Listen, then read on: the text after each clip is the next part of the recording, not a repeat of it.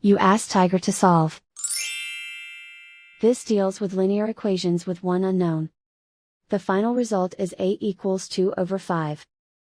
Let's solve it step by step. Group all constants on the right side of the equation. Add 16 to both sides. Simplify the arithmetic.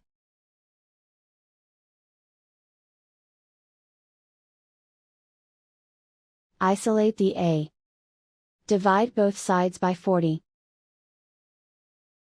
Simplify the fraction. Find the greatest common factor of the numerator and denominator. Factor out and cancel the greatest common factor.